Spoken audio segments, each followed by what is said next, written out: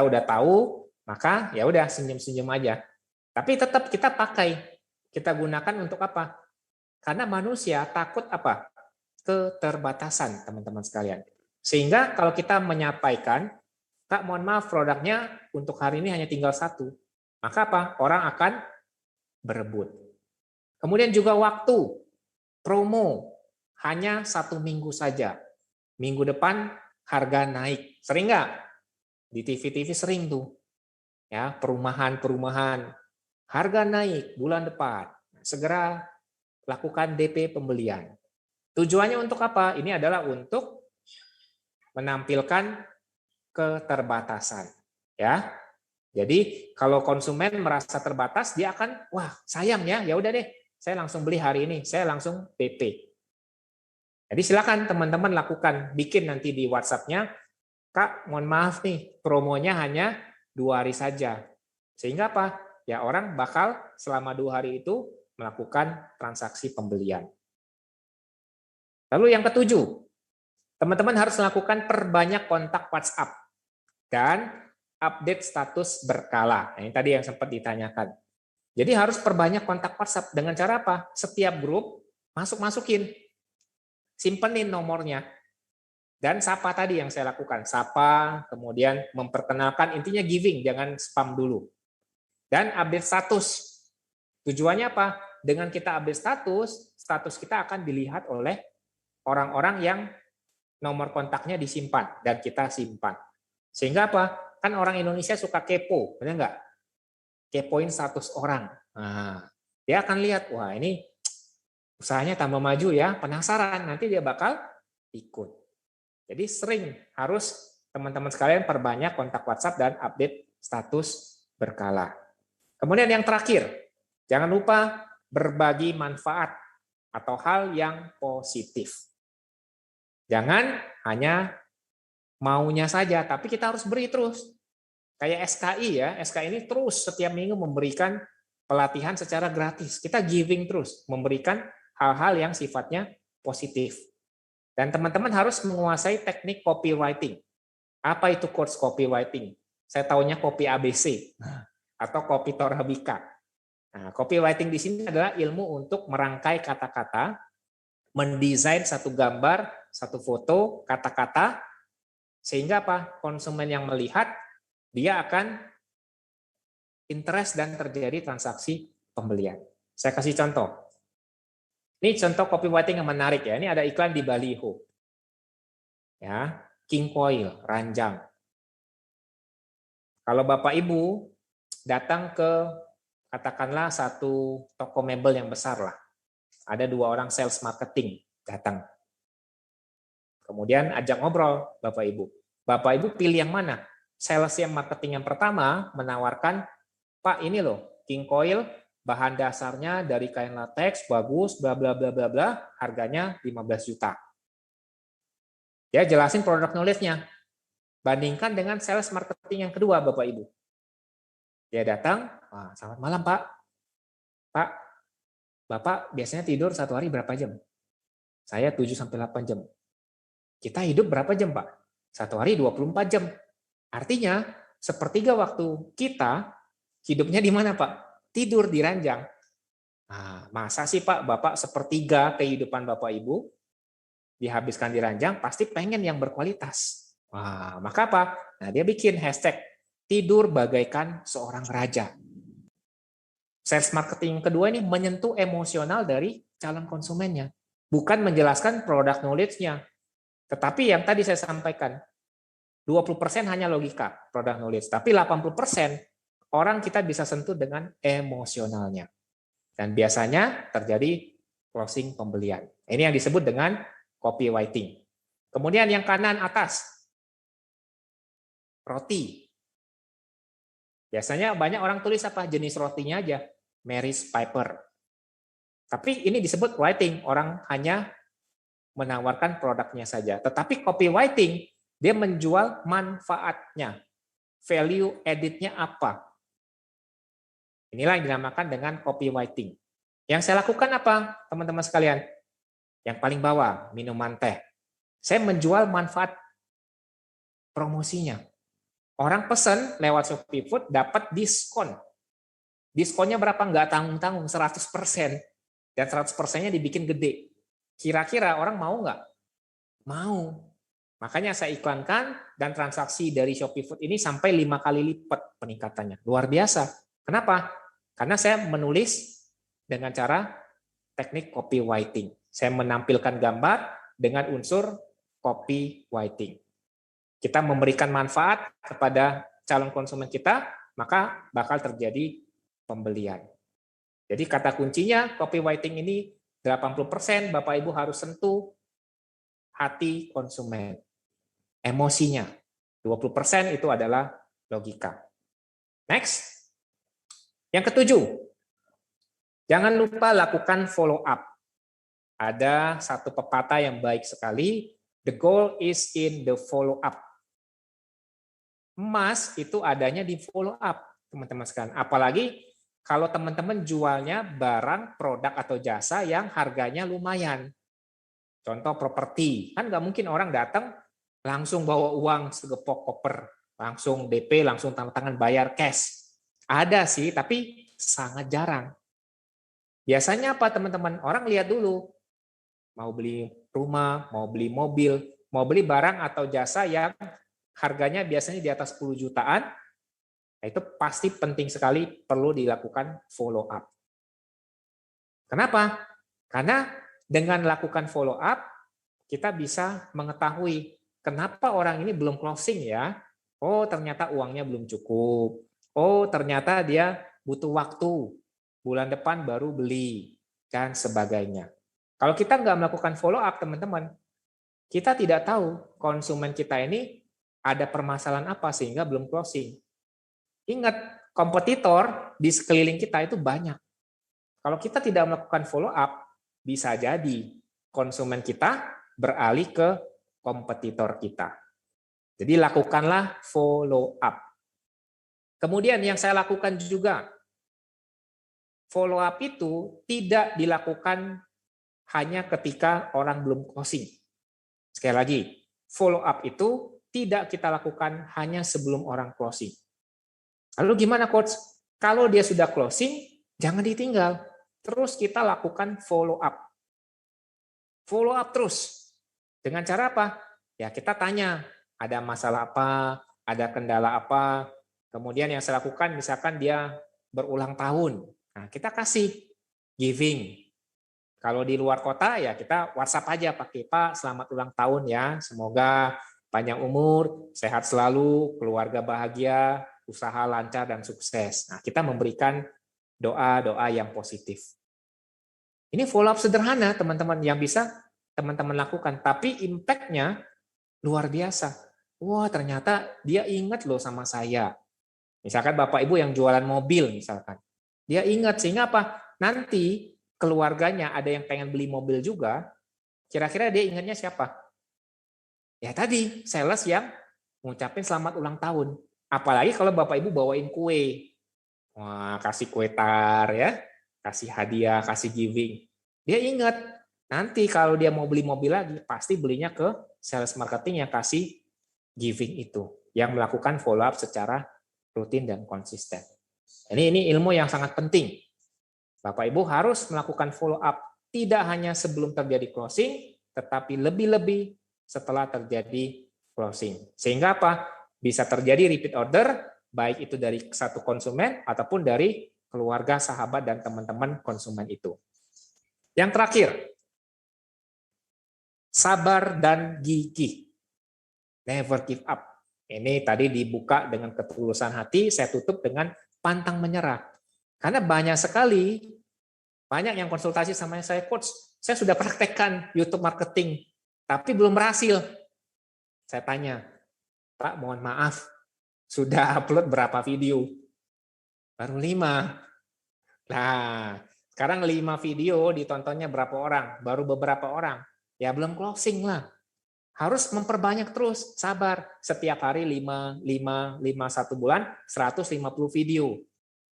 Udah lu 1 bulan kan? Ada nggak yang 1 bulan sudah bikin 150 video? 1 bulan 150 video. Udah pasti. Minimal kalau tidak terjadi closing, minimal ada yang chat, pasti masuk itu. Jadi harus sabar, nggak bisa langsung closing. Ya, bisa sih kalau beruntung, rezekinya bagus, bisa saja terjadi closing, tapi rata-rata butuh waktu. Maka Bapak Ibu dalam WhatsApp juga harus sabar dan gigih, nggak bisa langsung, harus pantang menyerah. Ya, oke, kurang lebih itu yang bisa saya sharingkan mengenai materi WhatsApp marketing, karena waktu kita tinggal 10 menit, kita akan lanjut dengan tanya jawab. Silakan, kita buka lagi kolom chat.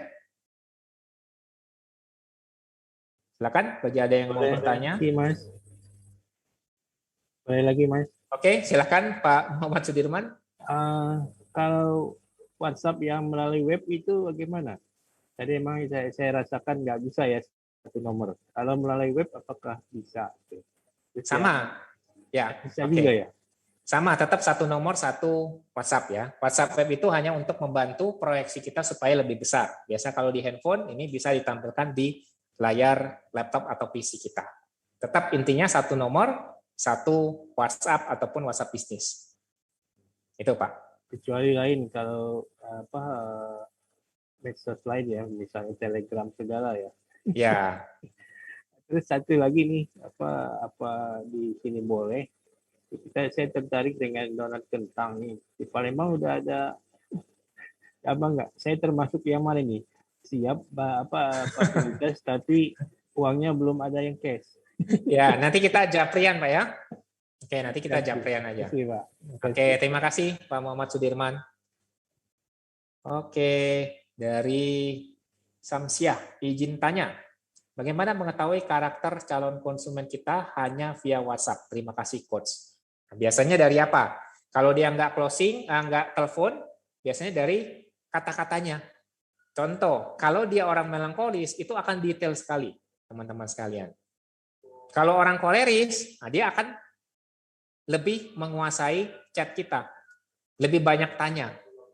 Nah, kita tinggal apa? Ingat, konsumen itu adalah raja, teman-teman. Sehingga apa? Kita harus menyesuaikan dengan keinginan mereka.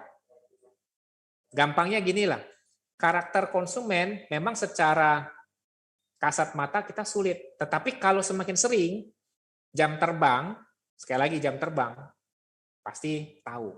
Saya punya teman, sahabat saya, karena beliau sangat concern sekali ya, nomor WA-nya itu sampai 10. Dan pakai aplikasi. Dia tahu, satu ketika saya datang ke kantornya, saya main. Dia bilang, bro, nih lihat nih. Dari sekian banyak chat, karena dia chatnya satu hari itu ratusan. Saya lihat kalau di WhatsApp statusnya, kalau punya saya kan paling 200-300 orang ya, story lihat. Saya lihat punya dia sampai 4.000-5.000 orang. Kebayang nggak? WhatsApp story kita kan sering tuh update status. Kalau saya paling 200-300 orang. Nah dia punya sampai 4.000-5.000. Pas saya lihat kontaknya ternyata sampai 30 ribuan. Jadi yang lihat kontak kita WhatsApp status itu biasa 10%. Nah, jadi kalau semakin sering kita sudah tahu ini orang chat, ini hanya bertanya-tanya saja, atau dia mau benar-benar closing, nanti kelihatan. Ya, jadi Samsia kuncinya jam terbang. Kalau sudah sering, nanti ketahuan ini orang hanya PHP saja, tanya-tanya saja, atau ini kompetitor, atau dia benar-benar mau mencari produk kita. Nah, kuncinya sekali lagi adalah jam terbang. Semakin kita sering ketemu orang lewat WhatsApp, membalas chat orang, itu kita akan tahu karakter konsumen itu seperti apa. Mana yang PHP, mana yang pengen membeli, mana yang kompetitor kelihatan. Itu ya. Oke. Dari Cut Linda, apakah kita bagus atau baik kalau kita promosi melalui Japri WhatsApp konsumen? Nah ini, boleh kita melakukan chat pribadi, tapi jangan spam. Spam itu artinya langsung broadcast. Kan nggak enak. Lalu gimana, Coach? Kita salam kenal dulu. Assalamualaikum, selamat malam. Perkenalkan nama saya siapa. Ya, kita tergabung di grup apa, atau saya menjual produk apa. Jangan jualan dulu lah intinya. Kita memperkenalkan dulu dan kita kasih giving. Kasih sesuatu yang bermanfaat untuk calon konsumen kita. Baru nanti mungkin besok, lusa, 3 hari kemudian, baru kita tawarkan produk kita. Ya, jadi jangan langsung spam, jangan langsung kita menawarkan produk atau jasa kita. Contohnya gini, paling simpelnya apa yang Bapak Ibu teman-teman tidak inginkan, nah jangan lakukan hal yang sama ke konsumen kita. Kalau kita tidak senang di spam, langsung di broadcast ya. Istilahnya itu kalau dalam dunia marketing hard selling. Langsung nyerang, langsung menawarkan produk. Tapi lakukanlah soft selling. Dengan cara kita kenalan, simpan nomor WhatsApp, lalu nanti muncul di story. Lama-kelamaan pasti muncul interest. Dan bisa jadi closingnya bulan depan, 2 bulan kemudian, dan seterusnya. Oke. Ada lagi? Silakan, kita masih ada waktu 10 menit. Saya Mas Indra, sorry. Ya, silakan Pak. Yano saya, Pak. Ya, Pak Yano. Itu saya baca tadi kok di presentasinya pakai ShopeeFed diskon 100% ya. Saya kok belum tahu ya. Yang untuk Yorti tadi ya ShopeeFed. Ya, itu pas promo Pak, promo pertama ya. Jadi promo Shopee pertama. Yang baru-baru ini ya. Yang baru-baru ini 60% diskonnya. Oke, terima kasih. Oke, thank you. Itu teknis ya. Copywriting-nya kan berarti kena nih 100% langsung. Yang diingat konsumen 100%-nya. Oke, silakan. Masih ada lagi yang lain? Boleh, silakan. Izin Pak, izin Kos. Ya, silakan. Ini banyak kejadian ketika penawaran ini di konteks marketingnya ya. Banyak penawaran untuk meyakinkan si customer kita yang baru dengan produk kita kadang-kadang ngayayai kalau bahasa Sundanya ya, nggak tegas gitu. Harus seperti apa kita sebagai ownernya gitu. Kiatnya harus seperti apa, Kos? Terima kasih. Selamat malam. Assalamualaikum. Oke, Waalaikumsalam. Jadi bagaimana cara mengatasi hal tersebut? Nah, jadi sekali lagi, dengan kita pakai WhatsApp Business, itu meminimalisir orang bertanya lebih banyak. Kita tampilkan saja, Pak, produk kita, produk knowledge-nya dari A sampai Z selengkap mungkin. Dengan tujuan apa? Kalau dia benar-benar mau membeli, pasti dia akan baca, dia pelajari produknya, spesifikasinya seperti apa. Dan baru nanti setelah dia chat, ya baru kita lakukan teknik-teknik tadi yang sudah saya sharingkan. Dan jangan di dalam WhatsApp marketing ini berlaku hukum bilangan besar, teman-teman. Apa itu, Coach? Semakin banyak orang yang masuk leads ke dalam kontak WhatsApp kita, maka semakin banyak kemungkinan terjadi closing. Misalkan, kalau yang masuk cuma 10 leads, 10 chat yang kontak kita, ya 10-20%, 1-2 orang closing, tidak mustahil. Tapi kalau 100, 10-20%-nya, berarti terjadi closing 10-20 orang. Jadi jangan takut, kalau orangnya nggak yakin gimana? Tenang saja, masih banyak calon konsumen lain. Kita jangan fokus ke satu konsumen. Bisa jadi dia cold market, dia masih dingin atau masih hangat warm market. Kita fokusnya ke yang hot market dulu, Pak. Nah, ini saya banyak sekali mengalami orang closing bisnis minuman teh dan donat itu nggak bisa langsung. Ada juga yang langsung, tetapi kebanyakan itu pasti butuh waktu, entah seminggu, 2 minggu, 3 minggu. Kayak tadi ya, Pak Yano salah satunya, salah satu mitra kami, beliau juga butuh waktu berapa lama, Pak ya? 2-3 minggu mungkin, berpikir dulu, menganalisis, baru terjadi. 2 bulan saya. Berapa, Pak? 2 bulan. Wah, 2 bulan loh, luar biasa. 2 bulan proses terjadinya dari kenal, awareness, tertarik, sampai menganalisa, kemudian ketertarikan, dan seterusnya baru closing 2 bulan kemudian.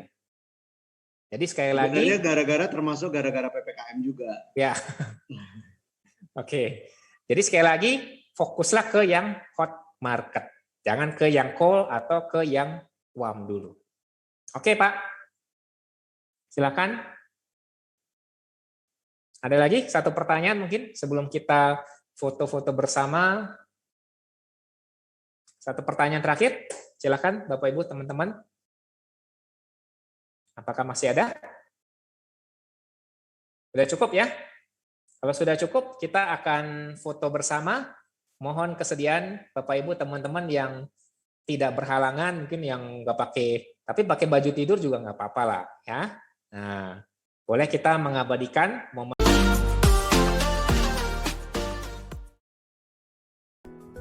Terima kasih teman-teman yang sudah menonton video ini. Jangan lupa klik tombol subscribe. Dan jika kalian suka video ini, angkat jempol kalian. And see you!